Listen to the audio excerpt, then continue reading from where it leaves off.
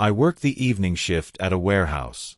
Just outside Chicago, the place starts to quiet down after 5 trucks gone lights.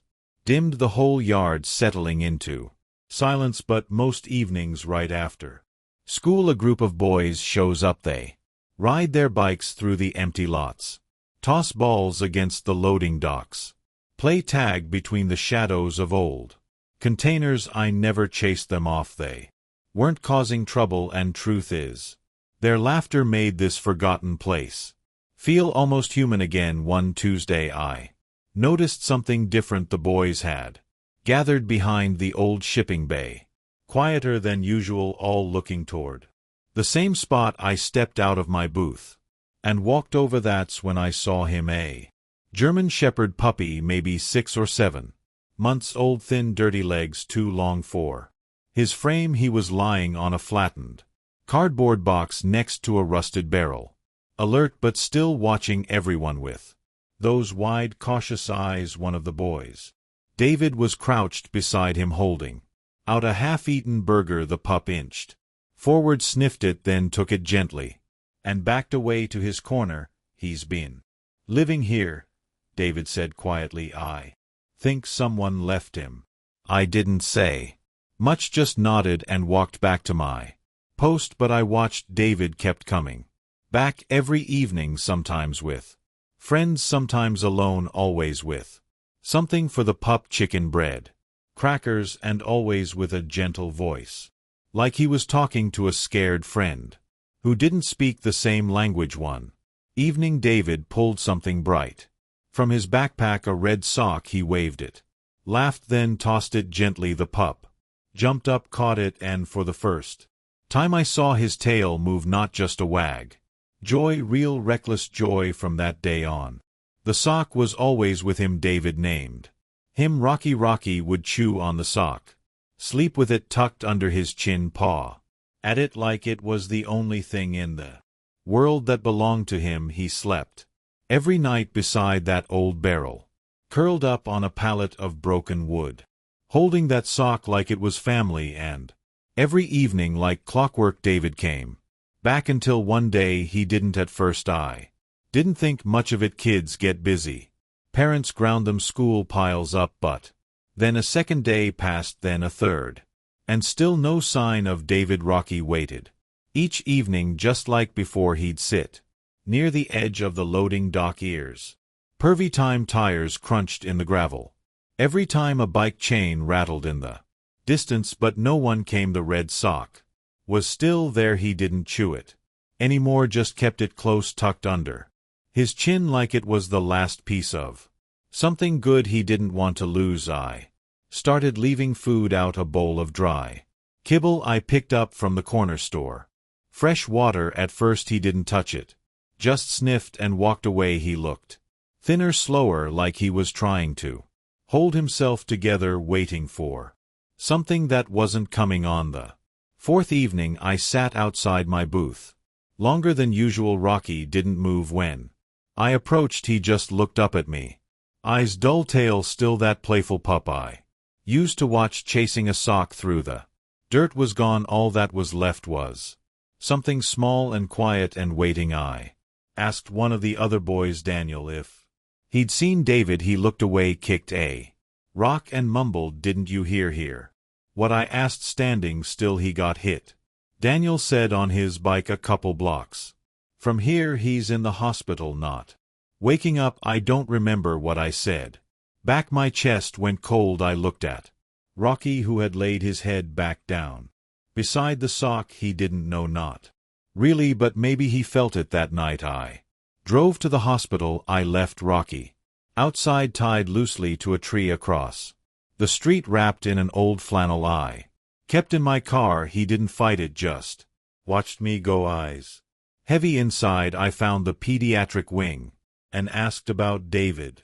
The nurse hesitated, but when I told her I wasn't family, just someone who knew him from the neighborhood, she softened and pointed me toward room 312. David was there, pale, small, so different from the boy who used to laugh while throwing a sock across a cracked concrete yard. Tubes, machines, monitors blinking like distant stars. His parents sat nearby, eyes sunken, holding each other's hands, but not really holding on. I introduced myself, told them I worked nearby, that I'd seen David with a dog, a stray really, but more than that, something special. He called him Rocky. I said they were always together, that dog's been waiting for him every single day. The father looked up first, the mother followed, her face tightening. We don't want a dog near him, she said, her voice sharp, tired.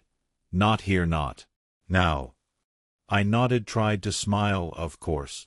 I just thought you should know. They didn't respond. I walked out slowly, heart heavier with each step. I crossed the street and knelt beside Rocky. His tail wagged, once hopeful. I looked into his eyes. I'm sorry, buddy, I whispered. They said, no, I tried, I really did. He stared at me, then turned his head toward the hospital, and I swear I knew he wasn't done. I sat with him for a while, thinking he might give up, that he'd follow me back to the warehouse, maybe curl up beside the heater like he used to near the barrel. But Rocky didn't move. His eyes stayed fixed on the glass doors of the hospital. He was waiting, still hoping, still believing. It was getting late. I stood, stretched my legs, and glanced at the sky. Snow was starting to fall, just a light dusting, barely sticking, but it made everything feel quieter. Still, I leaned down to untie the flannel from the tree, but before I could finish, the automatic doors hushed open and Rocky bolted. I shouted his name out of instinct, not logic, but he was already halfway across the street, his paws slipping on the wet pavement, socks still hanging from his mouth like a lifeline. He ducked under the opening doors before they could close. I ran after him, heart pounding. A security guard saw me burst through the entrance, eyes wide. You can't have a dog in here, he snapped. I didn't stop. I just shouted, he's here for a reason, and kept going. Rocky didn't bark, didn't run wild. He moved through those sterile halls like he'd been there before, like he knew exactly where he was going. Third floor, room 312. By the time I caught up, the hallway was empty. Room 312's door was closed, but just beneath the frame I saw it, a tail barely wagging low to the ground. I peeked in. David's parents were gone, maybe stepped out for coffee or to breathe for a second, and there was Rocky curled up under the hospital bed, socked between his paws, his head resting against one of David's feet. The boy hadn't moved, but Rocky had found him anyway. I stood in the doorway, not sure whether to cry or apologize. Then I heard a soft voice behind me. Is that him? A nurse, young, kind eyes. I nodded. His name's Rocky. They were always together. He snuck in. She looked at the boy, at the dog, then back at me. I won't say anything, she said, as long as he stays hidden, quiet. He will, I whispered. He just wants to be near him. From that night on, Rocky never left. He stayed tucked under the bed, hidden in the shadows, only coming out when the room was quiet. The nurse brought him food when she could. I visited after every shift, checked on him, gave him water, whispered updates he probably didn't need, but he listened anyway. Every night he curled beside David's feet. Every night he watched him, protected him, waited, and then 7 days later it happened. I came in just after midnight. Rocky was at his usual post, but this time he was sitting up, alert, staring at the bed. David's eyes were open. He blinked, slow, groggy, then looked down, and the second he saw Rocky, his whole face changed. His lips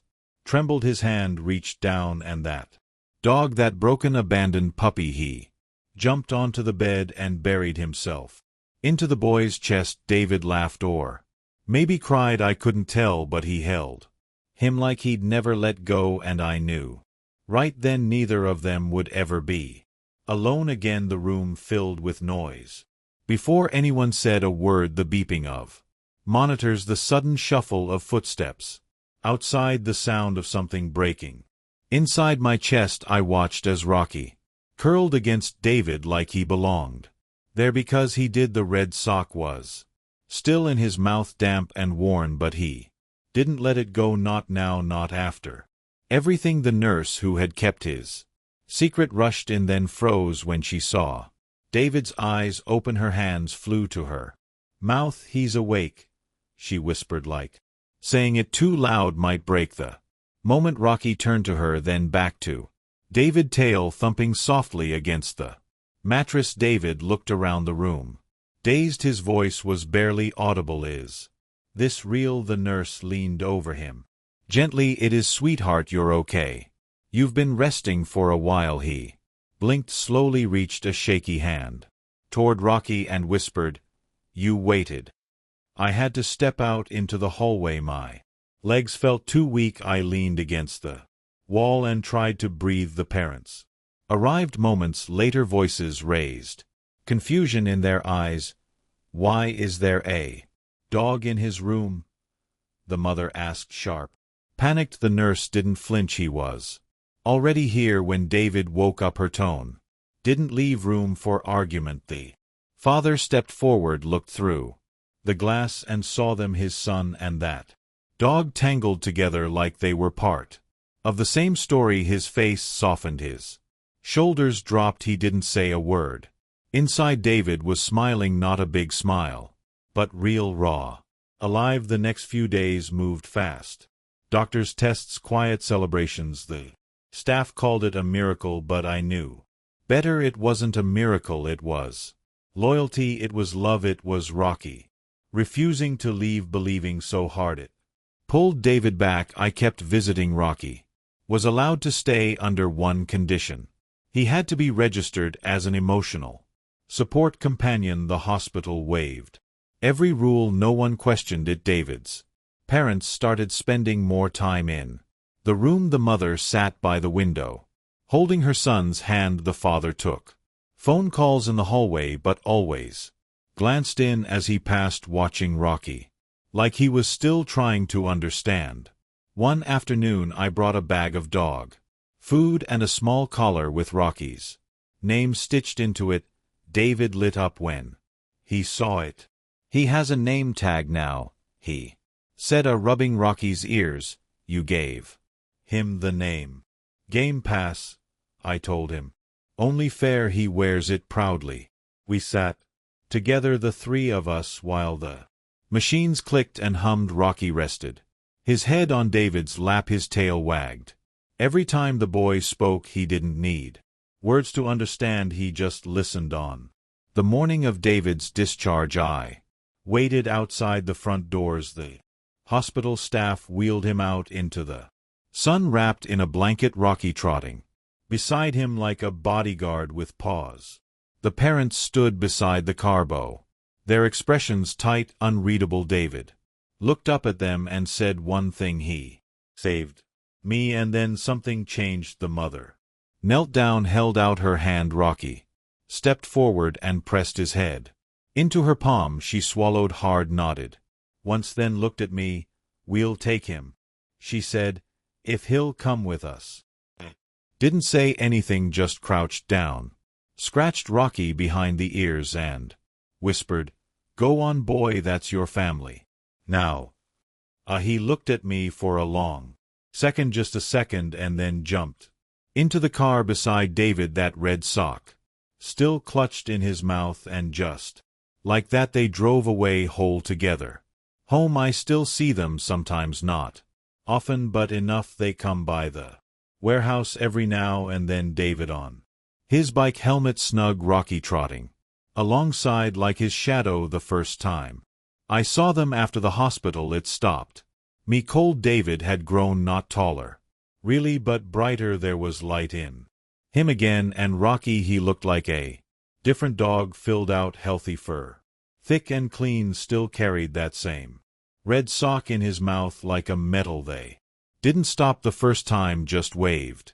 But that wave meant everything. A few weeks later they came by again. David jumped off his bike, ran up and threw his arms around me. No words, just a hug. Rocky stayed close, tail wagging, looking up like he remembered every long night on the loading dock. "Thank you," David said, finally, "for letting me see him, for not giving up." I swallowed the lump in my throat. "I didn't do much, he did all the hard parts." David grinned and held up something in his hand, a collar tag, shiny and new on the front, Rocky on the back.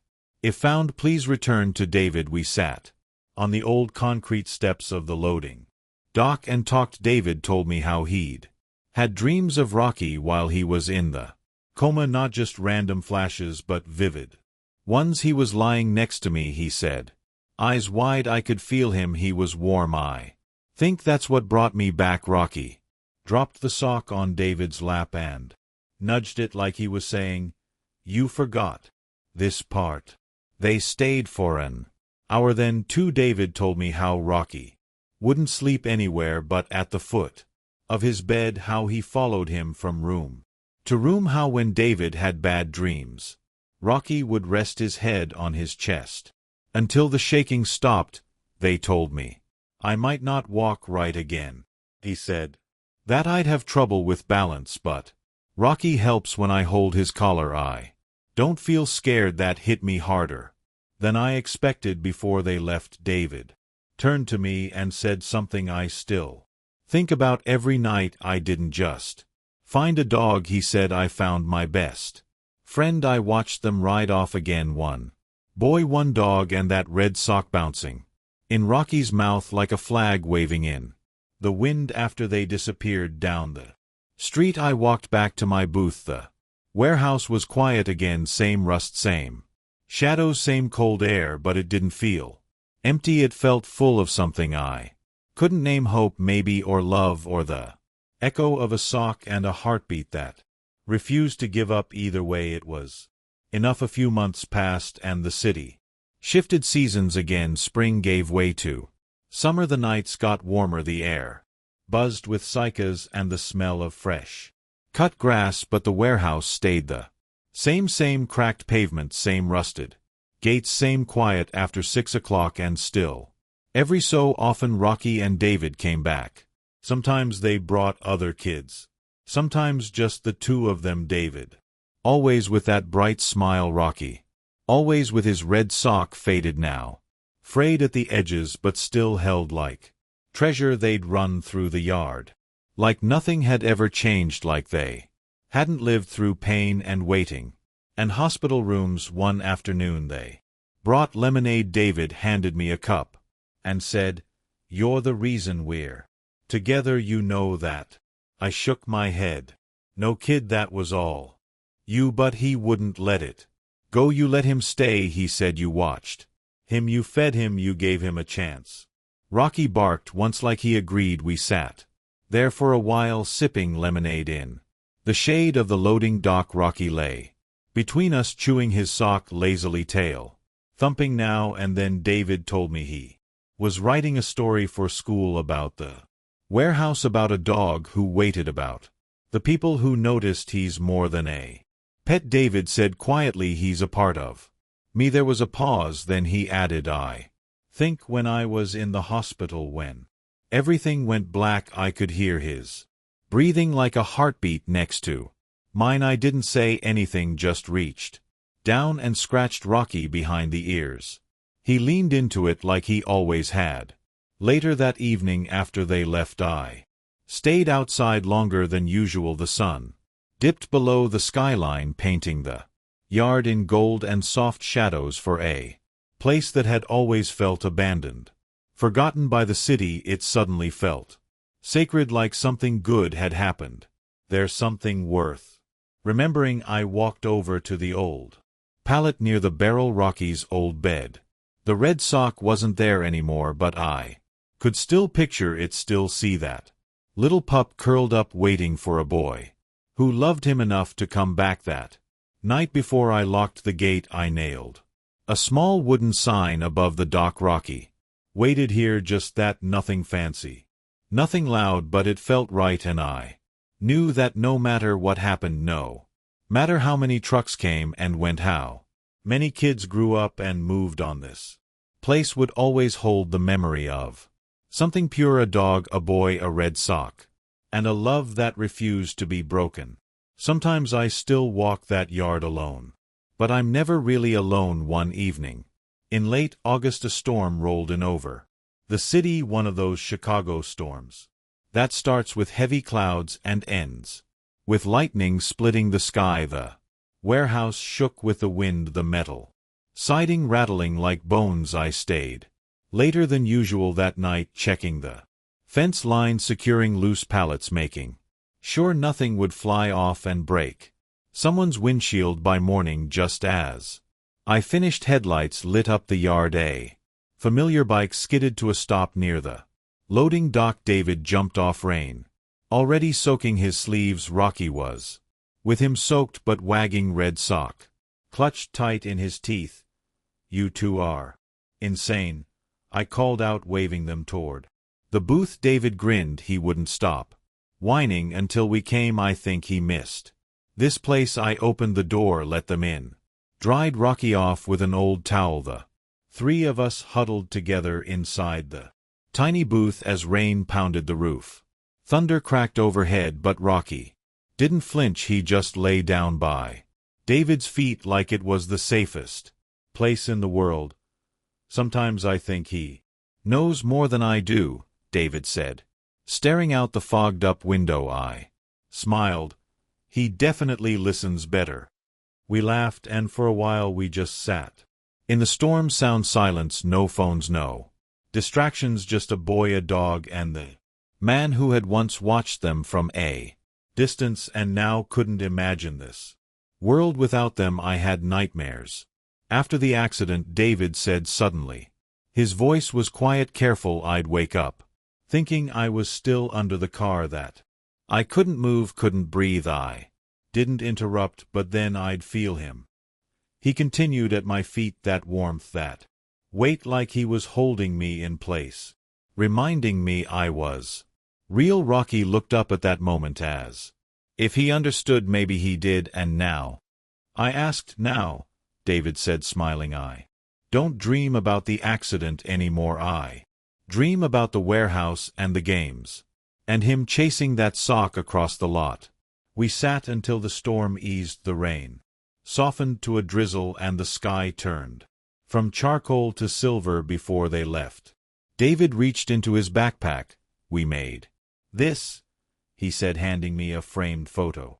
It was the three of us, me, him, and Rocky, sitting on the warehouse steps. Rocky had the sock in his mouth. David was mid-laugh. I hadn't even known someone took it. "We printed two," David said. "The other one's on my nightstand." I ran a hand over my face, trying not to choke up. "Thank you, kid. This means more than you know." He threw his arms around me. Rocky barked, once soft and happy, then they were gone again, biking into the wet streets, fading into the mist like a memory you never want to lose. I hung the photo on the inside wall of the booth, right above the radio. Now, when I sit through the long hours and the yard gets quiet again, I look up and see their faces, and it reminds me, this old place, this job, this watchful silence.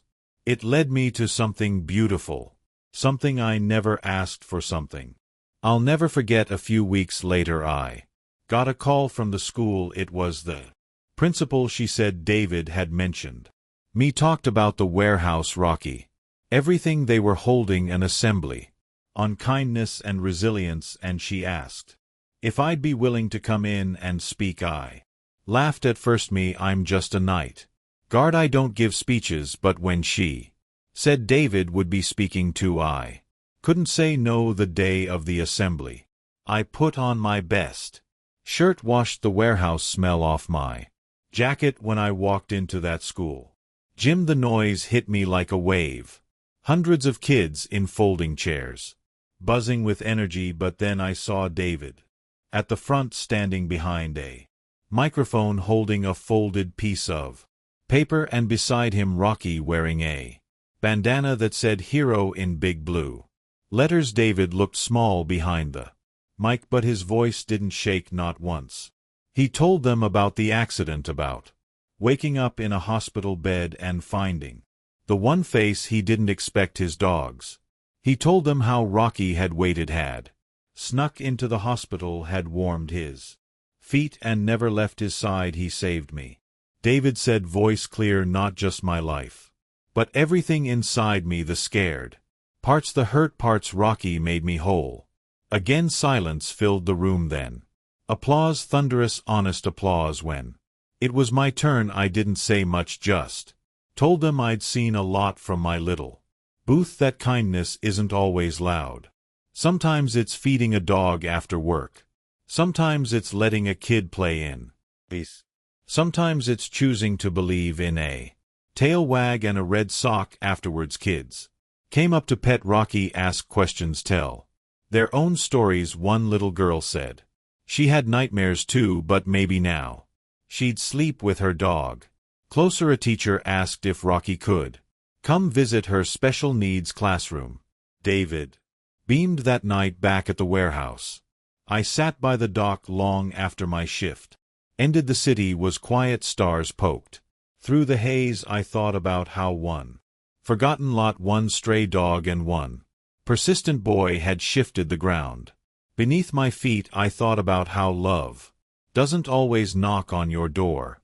Sometimes it waits in the cold by a rusted barrel, holding a sock in its teeth and hoping someone sees it. And if you're lucky, if your heart's still open, you stop, you sit, you say yes, and everything changes. Rocky and David gave me that, a reason to believe again, a reminder that even in the loneliest places joy can grow from broken ground, and that sometimes the smallest acts, feeding a hungry pup, staying quiet when it matters, letting two souls find each other, can echo louder than anything you'll ever say into a microphone. The warehouse eventually got sold. I'd heard rumors for months, developers sniffing around, city inspectors showing up with clipboards and polite lies. One morning a man in a suit walked the yard with a tablet in hand and a smile too clean for a place like this. Said they were putting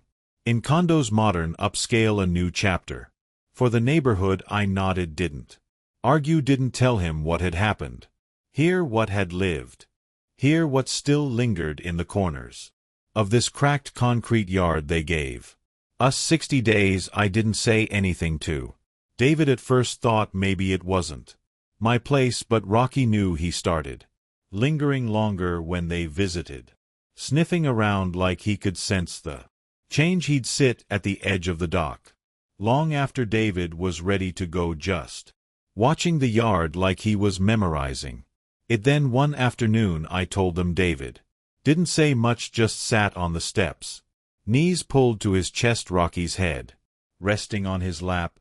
Where will you go? He asked quietly. Not sure yet, I admitted. They've got another site on the south side, might transfer me there. He nodded, eyes fixed on the spot where the red sock had first landed. It won't be the same. No, I said, it won't. But then I looked at him, really looked at him. Taller now, stronger still, with that light in his eyes, and Rocky solid as ever, tail flicking gently with the breeze. It doesn't have to be the same, I said. You already took the best part with you. He looked up, brow furrowed. You found him here, I said, but he's not from this place. He's from you, that love, that bond. It goes wherever you go. He didn't answer right away, just leaned down, pressed his forehead to Rocky's and closed his eyes.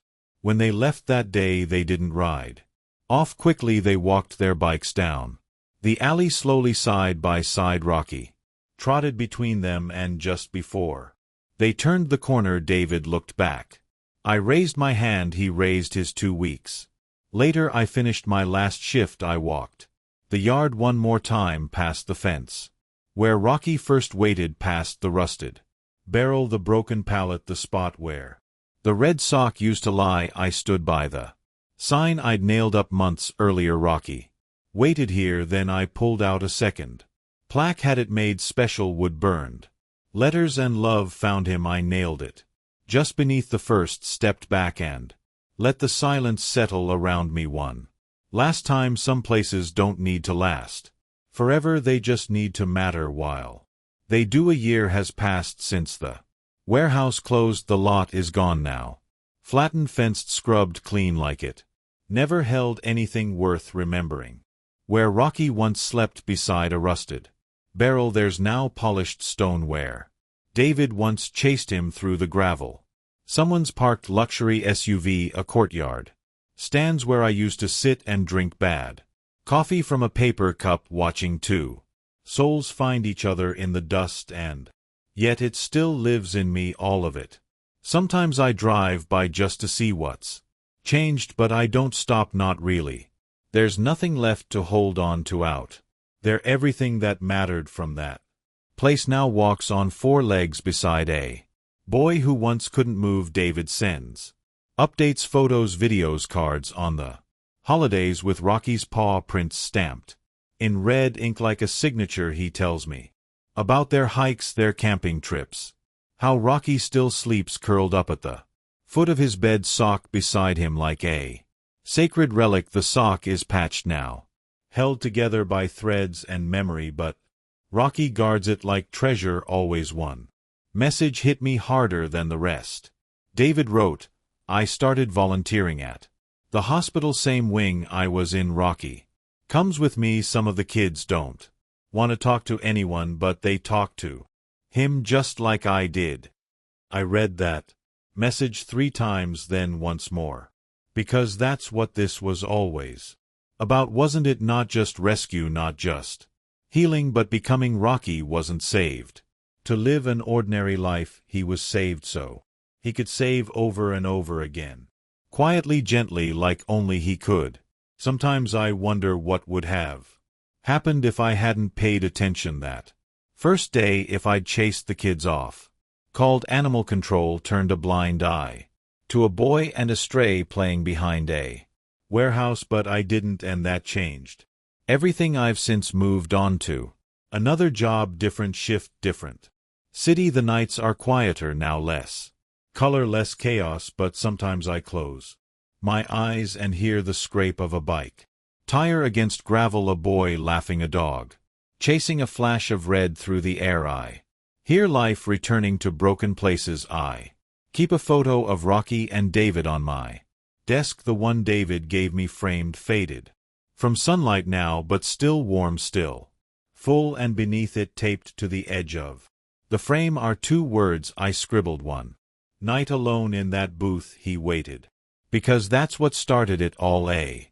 puppy who waited, a boy who loved, and a moment that asked me to see it, really see it, and say yes, and I did, and I always will. Sometimes people ask me why I tell this story. They say it's just a dog, or that kind of thing doesn't happen anymore, but they're wrong. They're so wrong, because I saw it, I lived it. I saw a puppy wait in the cold night after night with nothing but a red sock and a heartbeat full of hope. I saw a boy give more love than he had words for, and a dog return that love with every breath. I saw what happens when the world turns away, and what happens when someone, just one person, decides not to. And I saw healing, real, honest healing, the kind you don't find in textbooks or hospitals, the kind that lives in quiet moments between 2 friends who found each other in the most unlikely place at the most unlikely